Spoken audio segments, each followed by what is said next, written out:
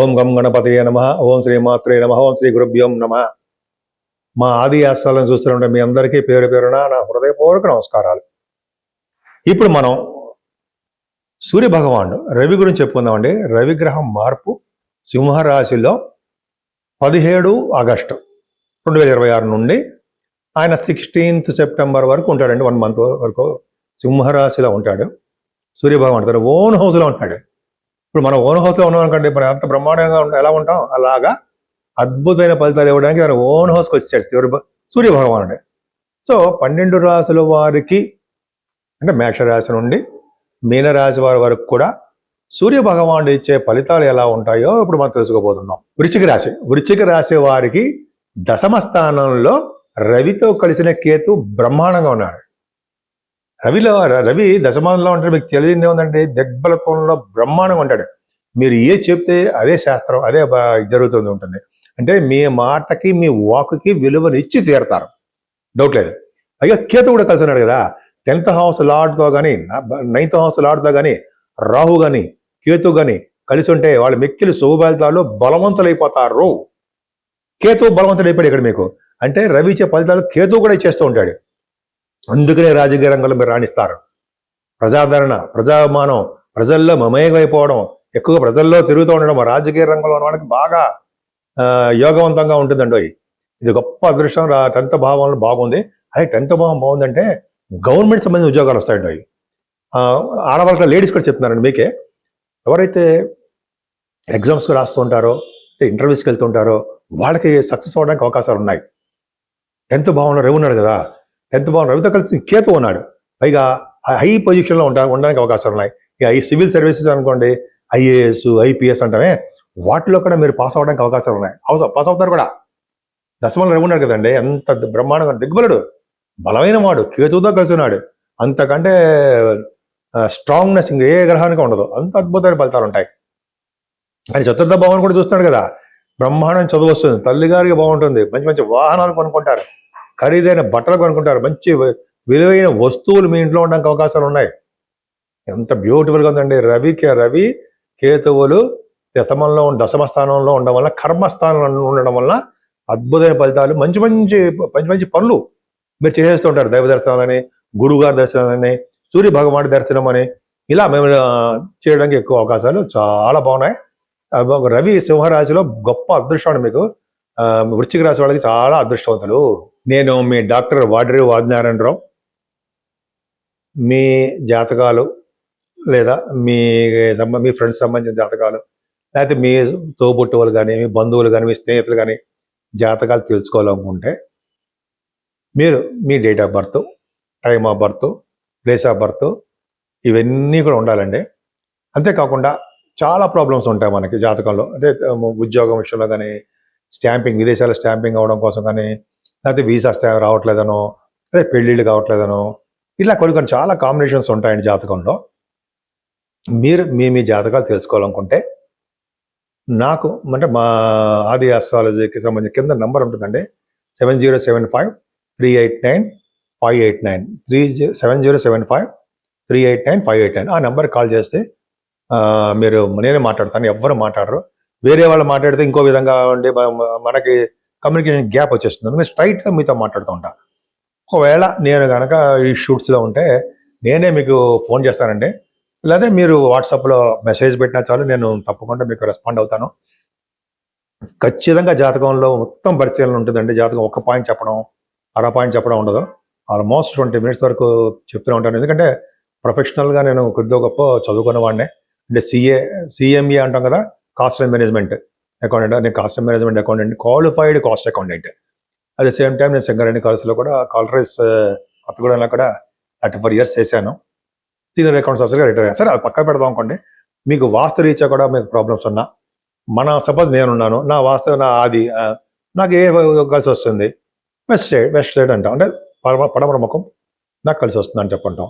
అలాగే ఎవరికి ఏ పేరు కలిసి వస్తుంది, వాస్తు రీత్యా హౌస్లు ఇంపార్టెంట్ అండి. అంతే తప్ప నక్షత్రాల ప్రకారము అనేది నేను విన్నగా ఎక్కడ చూడలేదండి.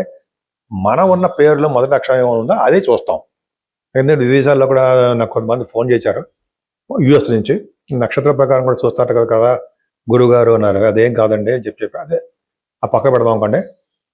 మీకు వాస్తురీత్యా కూడా ఏదో చిన్న చిన్న డౌట్లు ఉన్నా, అదే ఏదో మేజర్ ఉన్నా నాకు ఫోన్ చేయండి, తప్పకుండా నేను ఎందుకంటే దీంట్లో కూడా వాస్తురీత్యా వాస్తులో కూడా ఉన్న కొద్దిగా అనుభవం ఉన్నవాడినే. సో మీకు ఏ అవకాశం ఉన్నా చెయ్యండి, తప్పకుండా ఫోన్ చేస్తే నేను తప్పకుండా చెప్తాను. సరేనండి. ఇప్పుడు మనం సూర్యభగవాను గురించి చెప్పుకున్నాం. అసలు 12 రాసుల వాళ్ళు మరి పరిహారాలు ఏం చేసుకోవాలి, ఎవరికి పూజలు చేయాలి, ఏం చేస్తే బాగుంటుంది అని చెప్పుకుందామండి. 17వ తారీఖు నుంచి సింహరాశిలోకి మారుతున్నాడు రవి. అంటే 12 రాసుల వారికి కొద్ది గొప్ప మంచి ఫలితాలే ఇస్తున్నాడు, కొంతమందికి మాత్రం లిటిల్ బిట్ చెడు ఫలితాలు ఇస్తూ ఉంటాడు. అసలు ఏ పూజ చేసుకోవాలంటే ఫస్ట్ 17వ తారీఖుని నాగపంచమి వస్తుందండి. ఫస్ట్ వినాయకుడు ఎలాగో తప్పదు, మన వినాయకుడు ఖచ్చితంగా పూజ చేసుకోవాల్సిందే, గరిగితో పూజ చేసుకుంటాము. తర్వాత నాగపంచమి ఉండవు. నాగపంచమి అనేది ఒక విశేషం. ఎవరైతే సుబ్రహ్మణ్యేశ్వర స్వామి ఆలయాలు దర్శనం చేసుకుని సోమవారికి ఆవు పాలతో అభిషేకం చేయించుకుని అలా చేయించుకుని మనం అష్టోత్తరాలు చేసుకుంటూ ఉంటామో వాళ్ళకి పాముల వలన వచ్చే దోషాలు పరిహారం అవుతాయి. వాళ్ళకి చక్కటి పిల్లలు పుట్టడము, సంతానం వృద్ధి అవ్వడము, పెళ్ళిళ్ళు అవ్వడము, ఎటువంటి ప్రాబ్లమ్స్ ఉన్నా, సర్ప దోషం ఉన్నా సరే వాటి నుంచి పరిహారం అవ్వడం కూడా జరిగి తీరుతుంది. మర్చిపోకూడదుమా? సరే, మరి ఈ వారంలో ఈ నెల కూడా మనకి వరలక్ష్మి శుక్రవారం అమ్మవారు కూడా వస్తున్న ప్రభావం ఉంటుందండి. అంటే లక్ష్మీదేవుని కలవ పూలతోనూ ఎర్రని పుష్పాలతోనూ వీలుంటే మారేడు దళాలతోనూ పూజించడం వలన స్థిర లక్ష్మి మీ ఇంట్లో ఉండడానికి అవకాశాలు ఎక్కువ ఉంటాయి. ఇంకోసారి చెప్తానంటే, మన ఇంట్లో లక్ష్మీదేవి అష్టోత్తరాలు చేసుకుంటే మన ఇంట్లోనే చేసుకుంటాం మనం. లక్ష్మీదేవిని మగవాళ్ళు కూడా చేసుకొచ్చండి, ఆడవాళ్ళు చేస్తున్నా మనం చూసా చాలు. ఆ రోజు వరలక్ష్మి శుక్రవారం కానీ ప్రతి శుక్రవారం కానీ అమ్మవారిని, లక్ష్మీ అమ్మవారిని పూజించడం ఎలాగా, మల్లె పువ్వులతో కానీ, ఎర్రని పుష్పాలతో కానీ, మారేడు దళాలతో కానీ, కలువ పువ్వులతో కానీ పూజించడం వలన అమ్మవారు స్థిరంగా విష్ణు సహితంగా అమ్మవారు మన ఇంట్లో ఉండి తీరతారు. అసలు సూర్యభగవాను గురించి చెప్పుకుందాం. సూర్యభగవాను నమస్కార ప్రియుడు. మనం పొద్దున్నే లేచి మనం బయటికి వెళ్ళడానికి అవకాశం ఉండదు అనుకోండి, కొంతమందికి అవకాశం వాళ్ళు సూర్యభగవాన్ని ఇలా దండం పెట్టుకుంటాం. ఎర్రని పుష్పాలతో అర్ఘ్యం ఇవ్వాలి స్వామికి, మనకి కుదరదు. సరే, మరి ఏం చేసుకోవాలి? ఏం లేదండి, మన ఇంట్లోనే ఆదిత్య హృదయం ఒక్కసారి చదవండి. ఆదిత్య హృదయం ప్రతిరోజు కూడా చదవడం చాలా మంచిది. ఆదిత్య హృదయము, సూర్య నమస్కారాలు, అలాగే హ్రీం ఓం హ్రీం సూర్యాయ నమః, ఇవన్నీ మనం ఆదిత్య హృదయం ఇవన్నీ చదవడం మనకు కుదరదు. మరి ఏం చేయాలి? మరి నాలాంటి వాడికి ఎలా అంటే, కొద్దిగా నాకు బిజీగా ఉంటాను, ఆఫీస్ ఆడవడం ఉంటుంది, ఎట్లాగంటే మనం ఎర్లీగా వెళ్ళిపోతూ ఉంటాం మనం అనుకుంటాం కదా, అటువంటి వాళ్ళకి ఓం HREEM హ్రీం, ఇది బీజాక్షరం, సూర్యాయ నమః, ఓం హ్రీం సూర్యాయ నమః, ఓం హ్రీం సూర్యాయ నమః. క్లీం కూడా పెడదాం, ఓం హ్రీం క్లీం సూర్యాయ నమః అంటే కోరికలు నెరవేరుతాయి. క్లీం అంటే క్లీం బీజాక్షరం, హ్రీం KLEM క్లీం సూర్యాయ నమః, ఓం హ్రీం క్లీం సూర్యాయ నమః అని సూర్య భగవాన్ దండం పెట్టుకోండి. అంటే 108 సార్లు, మన వేళ మీద లెక్క పెట్టేసుకోవచ్చు కదండి, 10 సార్లు 108 సార్లు. అలాగా ఏదో ముక్కుబడిగా కాదు, ఆ స్వామి మీద భక్తితో చేసుకుంటే ఆయన మీకు కోర్టు కేసులు కానీ, లా రిలేటెడ్ సంబంధించిన ఏమైనా విషయాలు ఉన్నా వాటి నుంచి కానీ, పెళ్లి సంబంధాలు కుదరట్లేదు, భార్యాభర్తలు విడిపోతున్నారు, దూరంగా ఉండిపోతున్నాం మేము అనుకున్నా సరే వాళ్ళందరూ కలుస్తారు. విదేశాలు వెళ్ళలేకపోతున్నాను, చాలా కాలం ట్రై చేస్తాను, నాకు ఎడ్యుకేషన్ రావట్లేదు అన్న వాళ్ళకి కూడా సూర్యభగవాన్ ఇస్తాడు. మా నాన్నగారికి ఒంట్లో బాగుంటలేదు అయ్యో అంటే నాన్నగారిని కూడా కాపాడతాడు.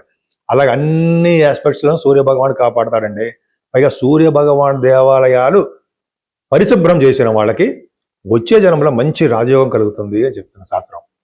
ఓడవడం కానీ, అది జస్ట్ తొడవడం కానీ, సూర్యభగవాన్ దేవాలయాలు మీకు వీలుంటే వెళ్ళండి. ఏ దేవాలయం సరే, సూర్య భగవాన్ దేవాలయాలు నేను చూశాను, చదివాను, మా గురుగారు కూడా చెప్పారు.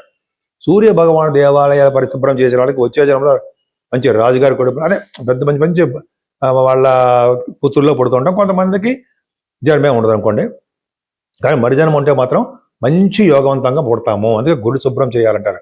గుళ్ళల్లో ఎప్పుడు కూడా ఎక్కడ పడితే అక్కడ పడేయకూడదు అని మీకు తెలియదు అనుకోండి.